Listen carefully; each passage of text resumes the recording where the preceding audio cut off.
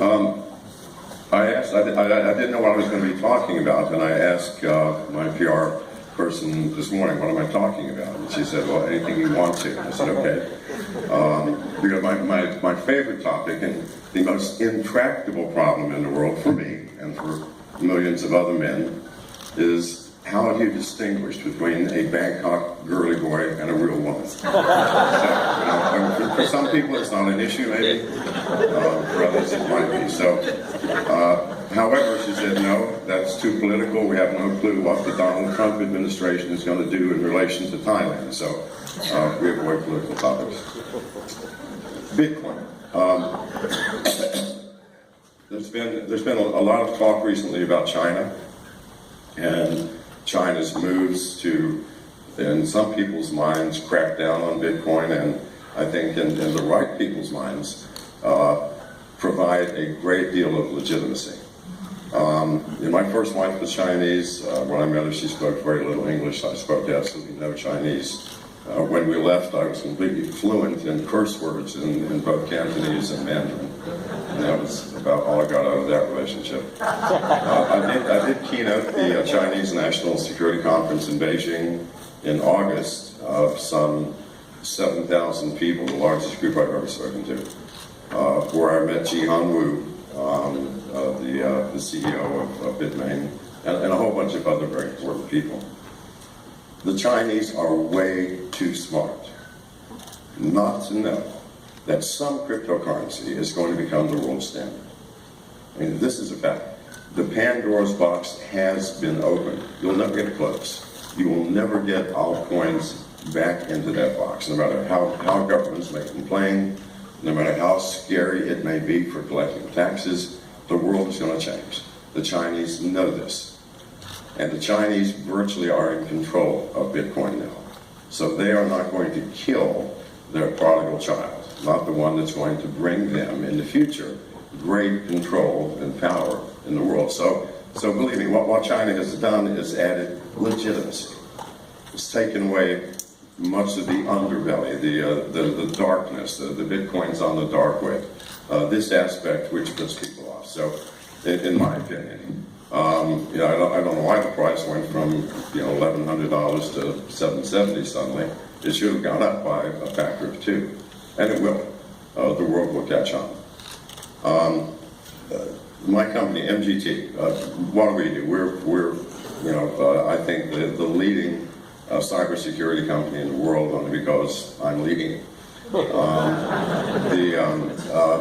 10 years ago, I said that the current paradigm of protection, which is antivirus software and everything that branches off from that, is non-functional. And it clearly is non-functional. I mean, just look at all of the hacks that we've had. Office of Personnel Management, a 15-year-old boy took from the FBI 30,000 records of every undercover agent and published them on the dark web. Now, all of these companies and agencies are protected by the most up-to-date software. This doesn't work anymore. But that's an aside. We are also in the Bitcoin business. We have 5 petahash that we're running in the state of Washington. By mid-March, that will be 40 petahash. We've cut a deal with Bitmain to create what we think is going to be the world's largest pool, oddly enough called the McAfee pool. And that's going to be running in the state of Washington. So we're heavily into Bitcoin. Now why? Why would a security company be in Bitcoin? Well, for the obvious reason that the blockchain is now being applied to every aspect of cybersecurity. And at some point, Bitcoin mining, obviously, in 10 years, they're going to go up 5 coins left. That cannot possibly be a business model. But those companies that are leaders in the mining field will become the transaction processors, because every company in the world, at some point, is going to have every transaction, every packet that's transmitted on every network, part of a blockchain. Why? Because it's the only way to guarantee that you don't have a hacker in your system or that you don't have a rogue employee. Even individuals, I don't know if you considered what's happening with the Internet of Things. Your own home is going to become a very complex network.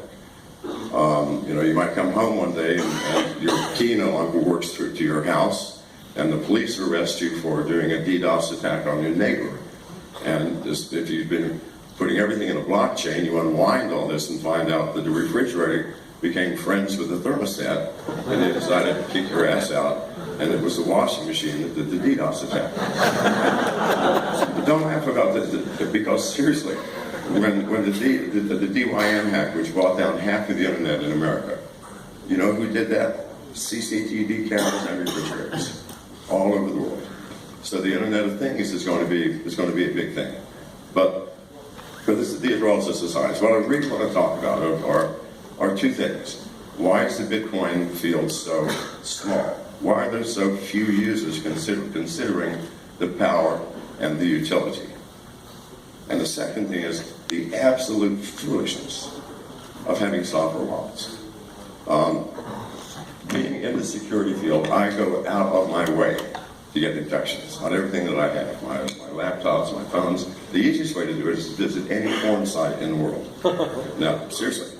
And periodically I'll log on to Xhamster, Pornhub, and so on and so forth. And a month and a half ago, there are thousands of people who pay Pornhub to, when you log on, you get a little screen that goes, you have a virus, click this button within 30 seconds or whatever. Well, half of you idiots actually push the button. What you do is you just get rid of the page, exit the page, and get on with your life. But I don't. I actually click the button because I want to get infected, because I want to know what the latest software is that we have to fight and how they're actually doing it.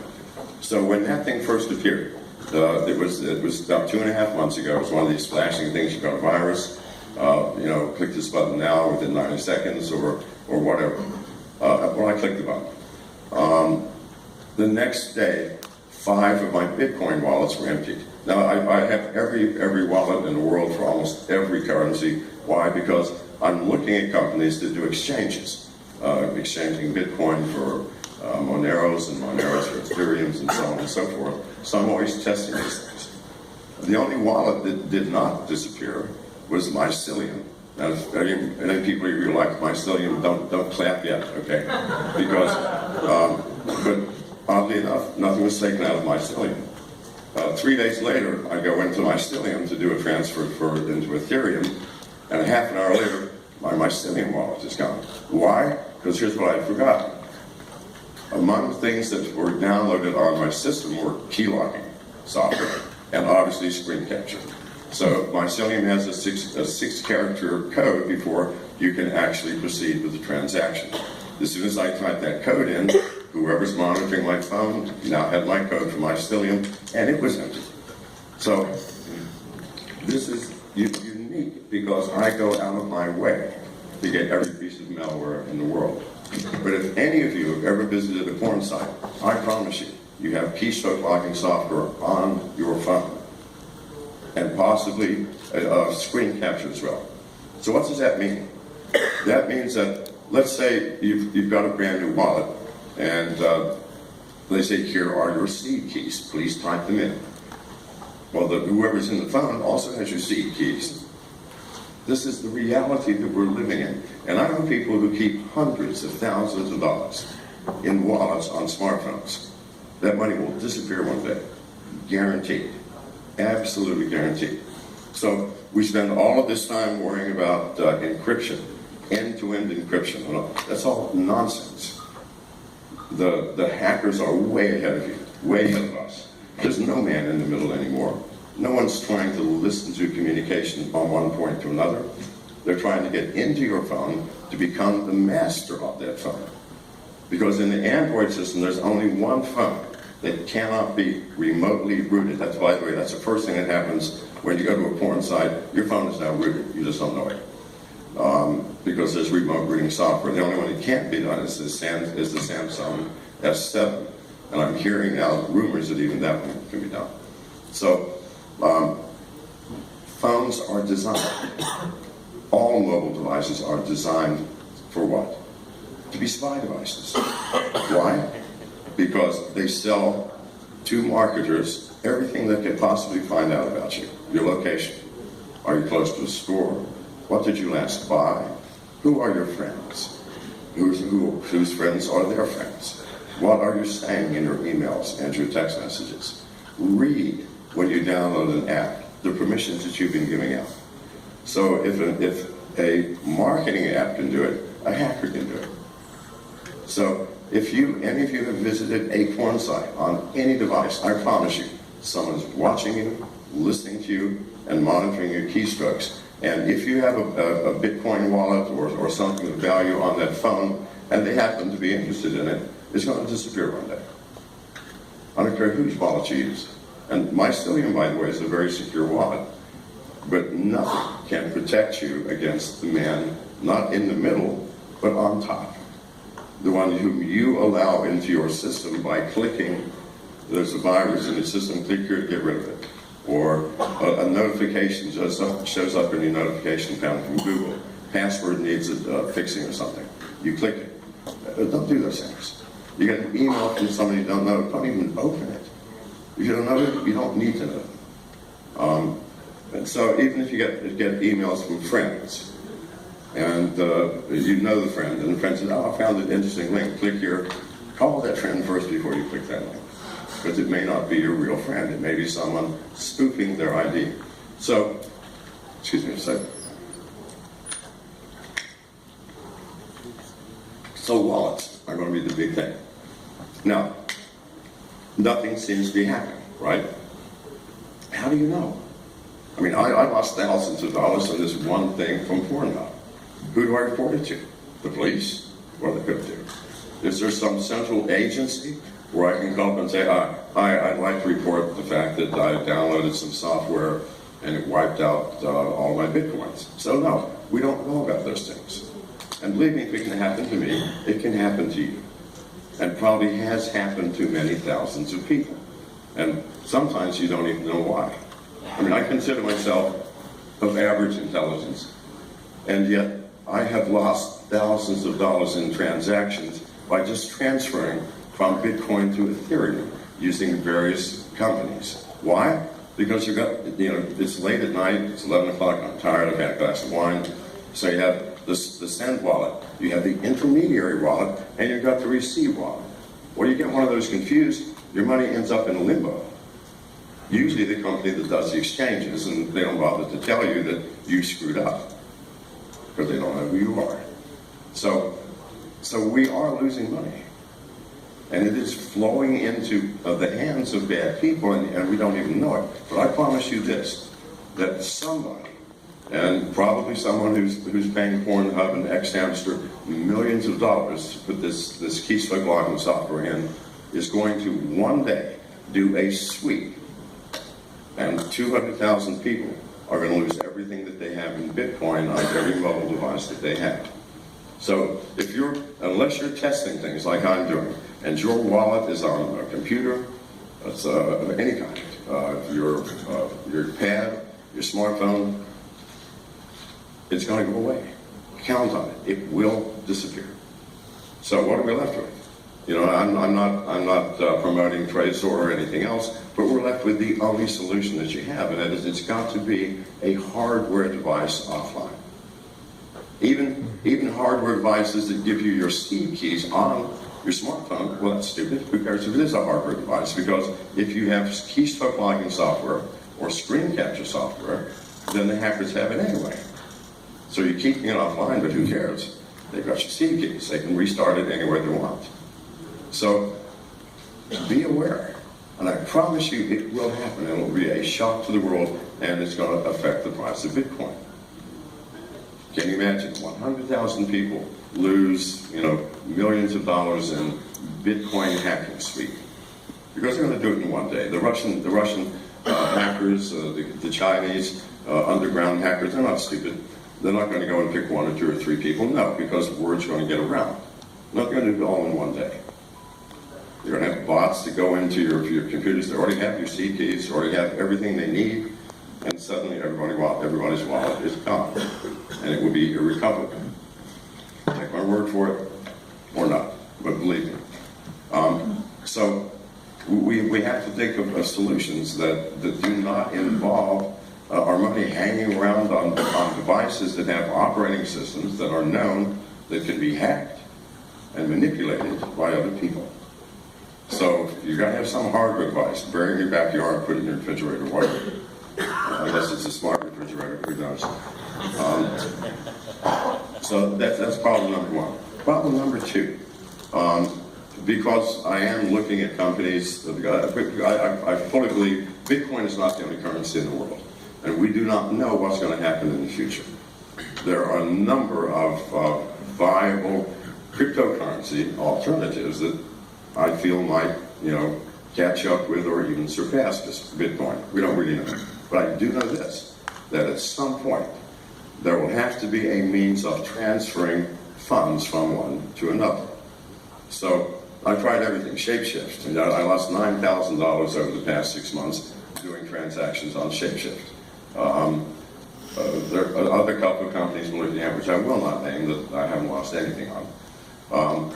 But as a result, I'm doing things that a reasonably smart man loses money at because I can't keep them straight. Sometimes you have four different wallets you have to worry about. So you do a copy and paste here, and it's hard. So you wonder why the user base is as small as it is. Because Bitcoin, hugely powerful. I mean, I can buy anything anywhere with just a click of a button. I don't have to call the bank, I don't have to wait for banking hours, I don't have to get my balance. Extremely powerful, and yet so few users. How do users come into Bitcoin? It's almost like a fraternity. If you do not know someone who's already using Bitcoin, they can hold your hand and say, listen, you can lose everything you have if you're not careful. And this is true. You've got to know what you're doing. Well, that's got to stop. You have to know what you're doing. I'm losing money on these transactions because there is no software that puts it all together for me. There is no interface that says, look, I've got 20 Bitcoins, give me how many Ethereum that makes, and put it in this account. There's nothing that does that. Nothing. And until that happens, the exchanges are going to be impossible. Everything is made complex where it does not need to be. Why do I even need to know anything about wallet addresses? Why do I need to know anything at all about how Bitcoin works? Because if you don't know how Bitcoin works, you are liable to lose some money. Why do I need to do that? There is software whose purpose is to take all of the things that our minds have difficulty doing, believing, or understanding, and doing it for us. It is not to replace our brain. It's to take those aspects of our brain that don't function exactly perfect, because software does function perfectly. So until that happens, we're going to continue to grow at a snail pace. But when someone puts it all together, there's one little program here, and we give the caveat, please don't keep your Bitcoins on your phone. Find some other way. Here's a bunch of hardware wallets you can use. Some of them are as cheap as $20, others, a little more, whatever. Just a little bit of advice, and then the program does everything. You want to buy Bitcoin, okay? So you can do it in a number of ways, including meeting people at a coffee shop if you want. Yes, everything done for you, so that I don't need a friend who's been using Bitcoin to say, look, you really need to get into this, but before you do, let me talk to you about it. Good God, how are you ever going to grow by doing that? So all of this effort of all of these people in this room and every room that I talk to in Bitcoin, who are brilliant people, has been placed properly in making sure the back end, we're mining, the mathematic works fine. And no one's looking at what it takes to take the average housewife, who has 3 kids and just got a smartphone, to use Bitcoin without having to give her a class of instruction or without having to hold her hand. And until that happens, it's not going to grow. Now, there are other alt currencies that are in fact looking at ways or are doing exactly what I'm suggesting the Bitcoin community do. And we have to all get together. We don't need the confusion that exists today. I mean, literally, I have lost thousands of dollars just moving Ethereum to Moneros and Moneros to Dice and Dice to whatever, literally. because I made an error. I missed a sequence.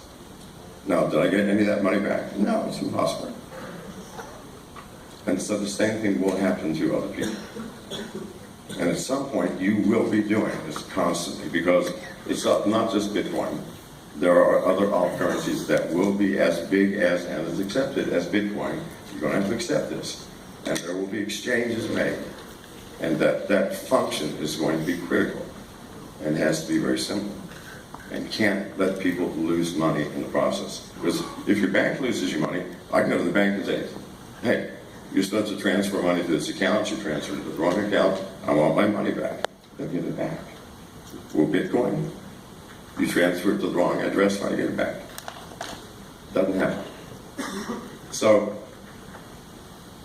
things are running late, and I know I've got to go. So, I'll be available, afterwards if anybody wants to. It's doubtful, but I'll be outside if someone wants to talk to me. And thank you very much.